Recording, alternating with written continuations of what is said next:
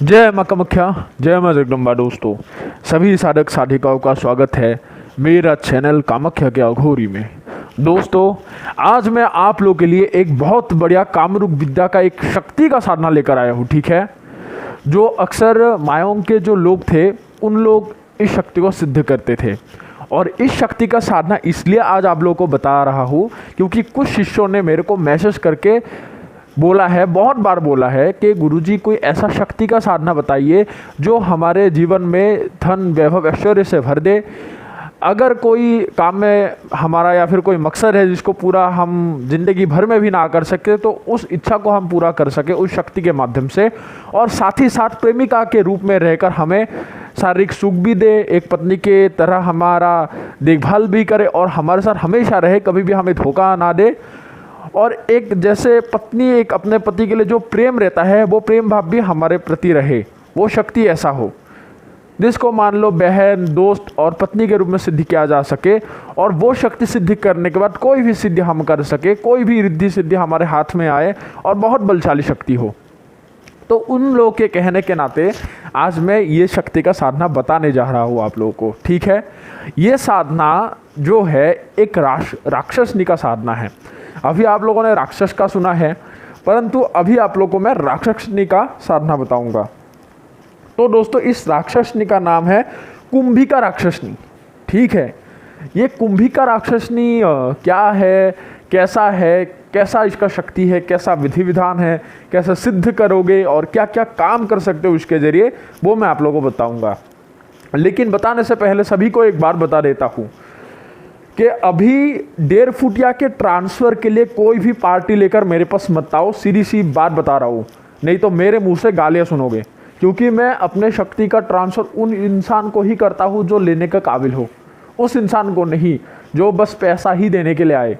ये भी है, तो पार्टी लेकर मेरे पास कोई मत आओ, उसके लिए कुछ भी नहीं होगा। शायद अभी मैं 2 और साधकों को कराऊँगा। ठीक है, एक बंदा उड़ीसा से है और एक बंदा मुंबई से है।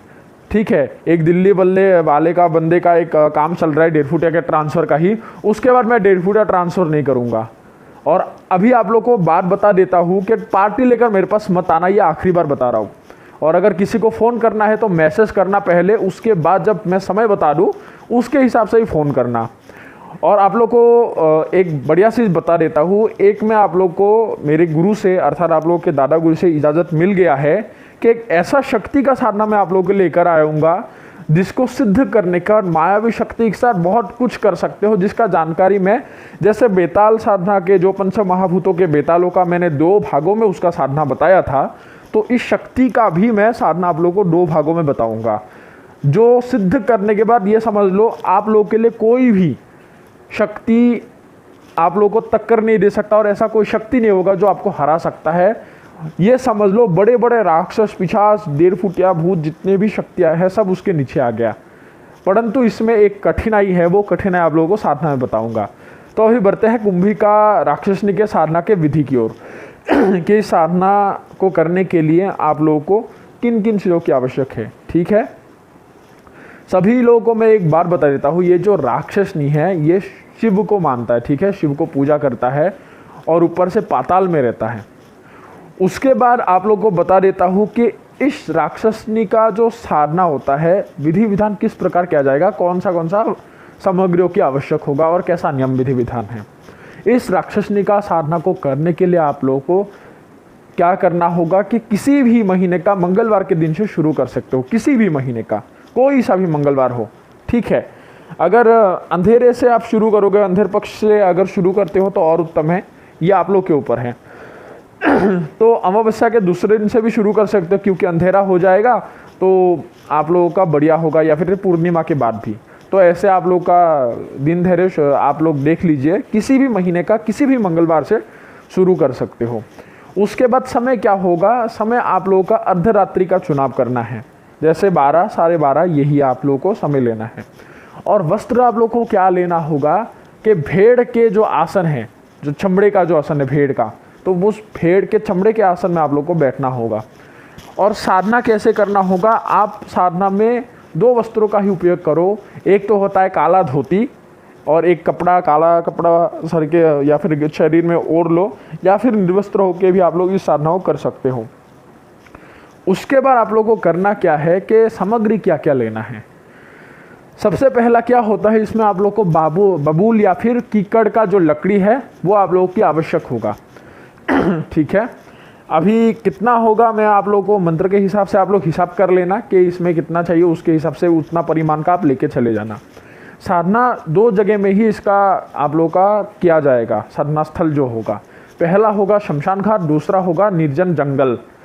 जंगल में ही अकेले में ये साधना को करना होगा। और आप लोगों को कोई देखे ना जिसमें जनवसति, थोड़ा सा लोगों का रहना का, सहने का घर वगैरह दूर हो।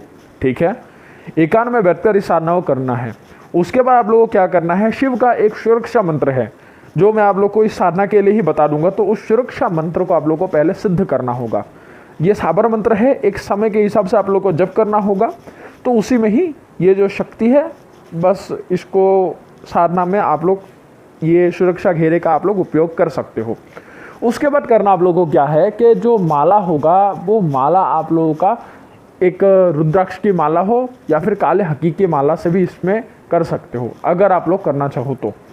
असल में सबसे उत्तम होता है कि काले हकीकी की माला हो तो और उत्तम है। अगर ना हो, किसी को ना मिले, तो रुद्राक्ष की माला से भी आप लोग कर सकते हो, लेकिन नियम अलग होगा जागृत करने का। सात्विक विधि का उस जो हर लोग बताते हैं कि ये विधि करो, तो वो विधि नहीं, ये विधि अलग होगा जो मैं आप लोगों को बता दूंगा।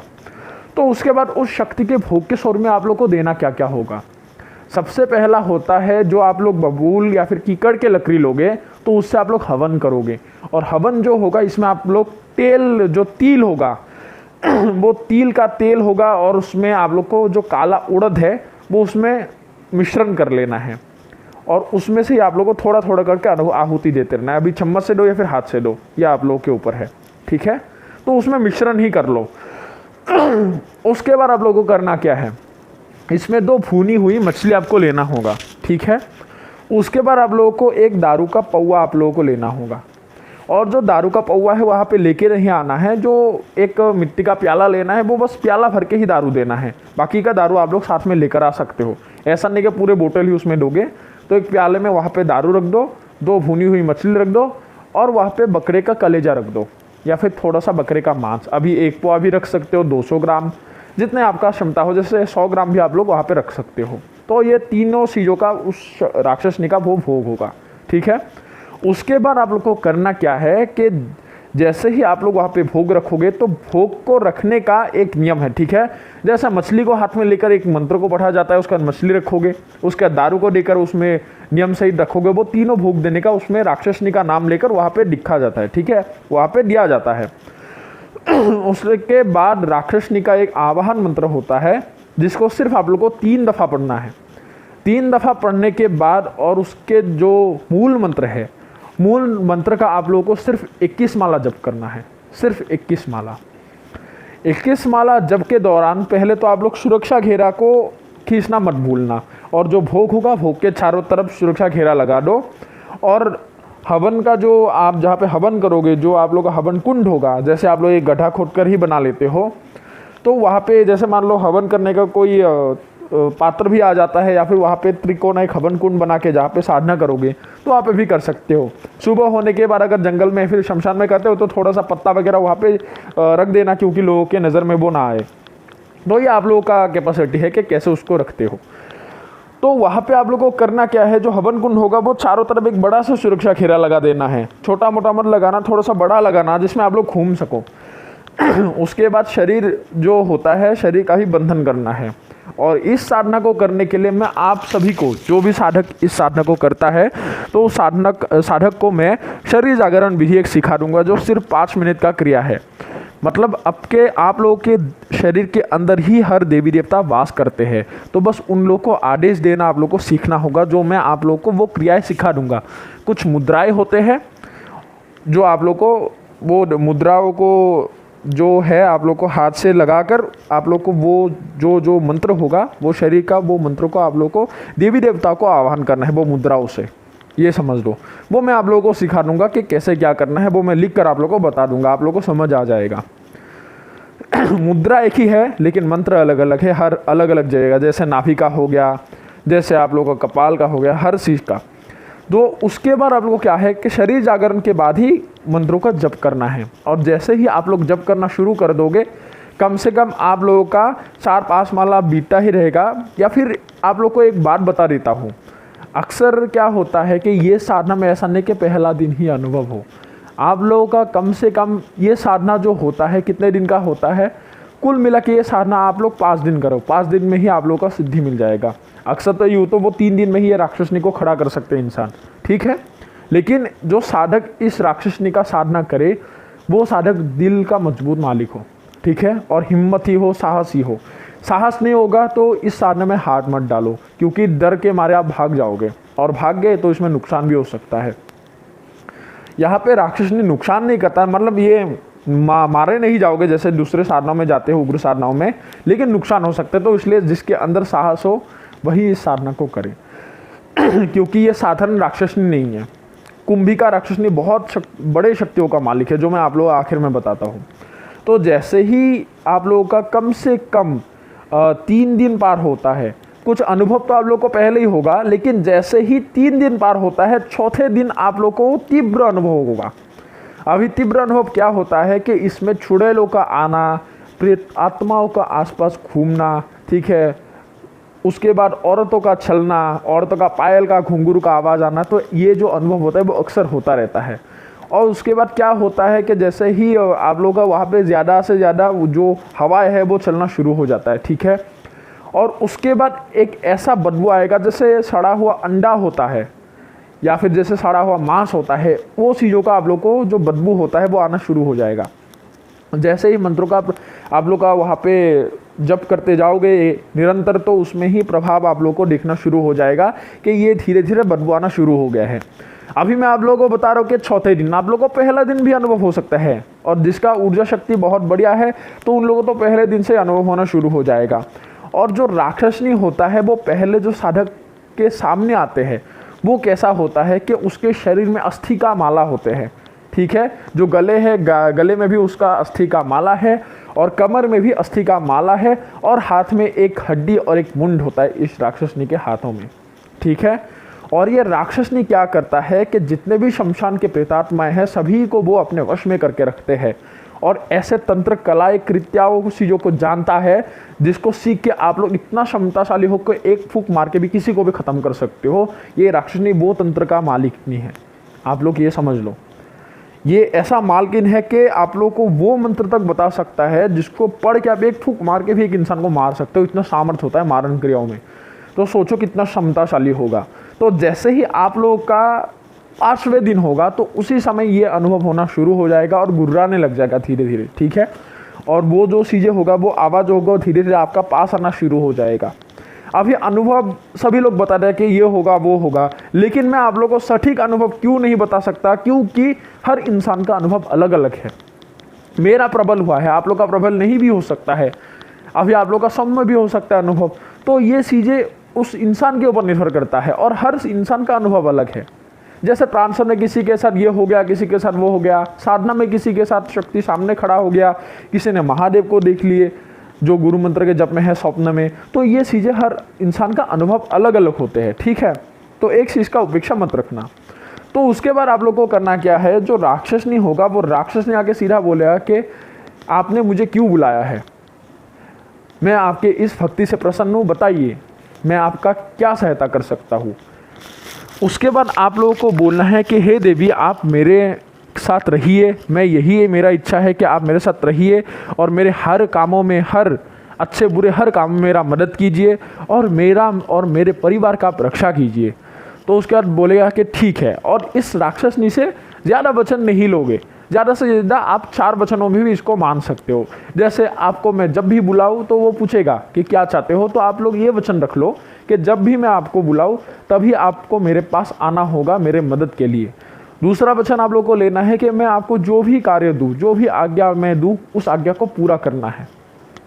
उसके बाद बोलना है कि मेरा और मेरे परिवार का हर तरफ से आपको रक्षा करना है। और चौथा, मेरा आज्ञा को कभी आपको टालना नहीं है, और जिस क्षण भी बुलाओ, चाहे दिन हो या रात में हो, जैसे भी क्षण में बुलाओ उसी क्षण आपको आके प्रकट होना है मेरे सामने, चाहे मैं कहीं पे भी हूँ, तो वो राक्षसनी हाँ कर देगा। उसके बाद बोलेगा कि आप मेरे को कौन से रूप में सिद्ध करना चाहते हो। तो अभी ये आपके ऊपर है कि आप कौन से रूप में।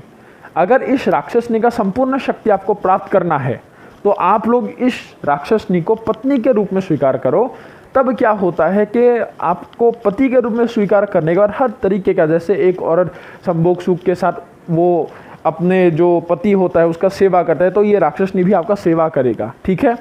और इस राक्षसनी को जो साधक सिद्ध करता है तो उसका जो पीढ़ी होता है 7 पीढ़ी तक ये राक्षसनी अदृश्य रूप में रहकर उस साधक के जो पीढ़ी होते हैं उन लोगों का रक्षा करता है, मदद करता है। और ऊपर से इस राक्षसनी बोला गया है इस साधना में कि धन, ऐश्वर्य, वैभव, राज्य, हर चीज़ों को अपने जो साधक है या फिर अगर मान लो पत्नी के रूप में रखते तो अपने पति को वो दान कर देता है। ये समझ लो, धन, दौलत, ऐश्वर्य, हर चीज़ों का आप मालिक बन सकते हो। हर तरीके से हर आपका इच्छा को पूरा कर देगा। अगर उससे जरिए आप तंत्र को सीखना चाहते हो वो तंत्र को भी आप लोगों को सिखाएगा। उसके बाद उस राक्षसनी के जरिए आप लोग कौन सा विद्या सीख सकते हो कि जो आप लोग का कायागमन है वो कायागमन आसानी से इस राक्षसनी से आप लोग सीख सकते हो और आप पाताल का भी दर्शन कर सकते हो इस राक्षसनी के जरिए, ठीक है। और ऐसे गुप्त मंत्रों का ज्ञान ले सकते हो, ऐसे गुप्त विधियाँ जान सकते हो जिससे आप महादेव हो या किसी भी देवी देवता को आसानी से प्रसन्न कर सकते हो, क्योंकि राक्षसों के पास ये विधियाँ होता था, ठीक है। जैसे रावण थे, रावण के पास ऐसा महाशक्ति थे जिसके जरिए पूरे जितने भी राक्षस थे हर राक्षस को वश में करके रखते थे। इतना सामर्थ्यवान होते थे रावण। परंतु ये जो विधि है ये रावण ने किसी को भी नहीं दिया, ठीक है। और जितने भी असुर थे, जितने भी राक्षस थे, हर असुरों को, हर राक्षसों को वो रावण वश में करके रखते थे। और जो नवग्रह है, नवग्रह को भी एक समय बांध के रखते थे। तो इतना सामर्थ्यवान राक्षस थे, असुरे थे। तो इसलिए क्या होता है कि अगर इस राक्षसनी का कोई साधक साधना करेगा तो हर तरीके का काम कर सकते हो आसानी से। जैसे कोई भी वस्तु को आपका आवश्यक है, वो वस्तु को कहने से पहले ही वो राक्षसनी आप लोगों को प्रकट कर देगा। षटकर्म से लेकर कोई सा भी कर्म आपको जानना है, उसके बारे में सीखना है, करना है, हर तरीके से कर सकते हो। उसके बाद क्या होता है, आपको धन वैभव से भर देता है। जैसे मान लो आपका भी अवस्था बहुत ही खराब है तो कुछ ही दिनों में वो राक्षसनी अगर आपने सिद्ध कर लिया तो आप लोगों के अवस्था में भी सुधार होगा। आप लोग खुद अनुभव करोगे कि राक्षसनी आपके लिए क्या क्या करता है। परंतु याद रखना, जिस दिन भी आप किसी को भी बता दोगे कि मेरे पास ये राक्षसनी है और पत्नी के रूप में ऐसे ऐसे रहता है, तो उसी समय आपका सिद्धि चला जाएगा, ठीक है। और अगर जो भी साधक इस साधना को करता है तो मैं उसको इस राक्षसनी को विसर्जन करने का भी विधि मैं आप लोग को समझा दूंगा, बता दूंगा। और कई साधक बोलते हैं कि ये बड़े सिद्धि के बाद क्या हमें दूसरा शक्तियों का साधना करना पड़ता है गुरुजी, या फिर करेंगे तो कुछ होगा। मैं आप लोग को एक बात बता देता हूँ, अगर कोई भी बड़ा एक शक्ति को सिद्ध करते हो तो उसके बाद आप लोग को इतना बलशाली नहीं बनना है। क्योंकि मैं सभी को एक बात बताया है जो भी मेरे को फ़ोन करता है कि दुनिया में इतना धन, दौलत, ऐश्वर्य, आराम, शक्ति है ही नहीं जो किसी भी इंसान का लालच को पूरा कर सके। तो इसलिए आप लोग एक काम ही करो कि अगर ऐसा कोई बड़ा शक्ति आप लोग सिद्ध करते हो तो दूसरा आप लोग देवी देवता के ही साधना में हाथ डालना, क्योंकि आपका मुक्ति का पथ वही साधनाओं के माध्यम से ही होगा। और उसके जैसा साधना किसी संसार में, कोई भी संसार में नहीं हो सकता। कोई भी साधना नहीं हो सकता जो संसार में बड़ा हो। देवी देवता का सेवा ही सबसे बड़ा सेवा है, ये समझ लो, शक्तियों में से, ठीक है। शक्तियाँ जो होता है वो भौतिक वस्तुओं का प्राप्ति होता है, लेकिन जो आपका एक समय मरने के बाद जो आपको मुक्ति हासिल होना है, जिसके आशीर्वाद में आप लोग जाओगे, रहोगे, ठीक है, तो ये जो होगा ये देवी देवताओं के आशीर्वाद से ही होता है और आखिर में उनके चरणों में ही जाना है। तो इन शक्तियों को एक समय क्या होता है, कोई भी साधक सिद्धि तो करता है लेकिन समय के हिसाब से उन लोगों को विसर्जन भी करना पड़ता है। तो ये बात याद रखना। इसलिए ज़्यादा शक्तियों का झंझट मत लो, ज़्यादा से ज़्यादा 2-3 को रखो। उसके बाद आप लोग का जैसे इच्छा का पूर्ति हो जाए तो उसको भी उसके लोक में जाने के लिए आप लोग हमेशा के लिए आज़ाद कर देना, ठीक है। तो दोस्तों, अभी आप लोगों को कैसा लगा आज ये साधना की जानकारी?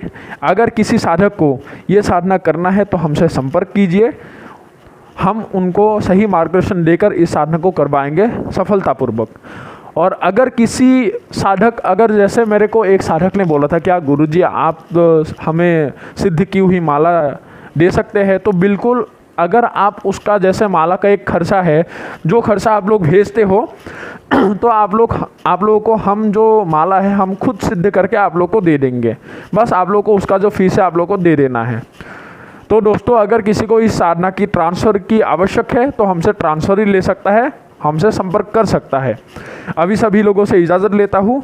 जय माँ कामाख्या, जय माँ जगदम्बा।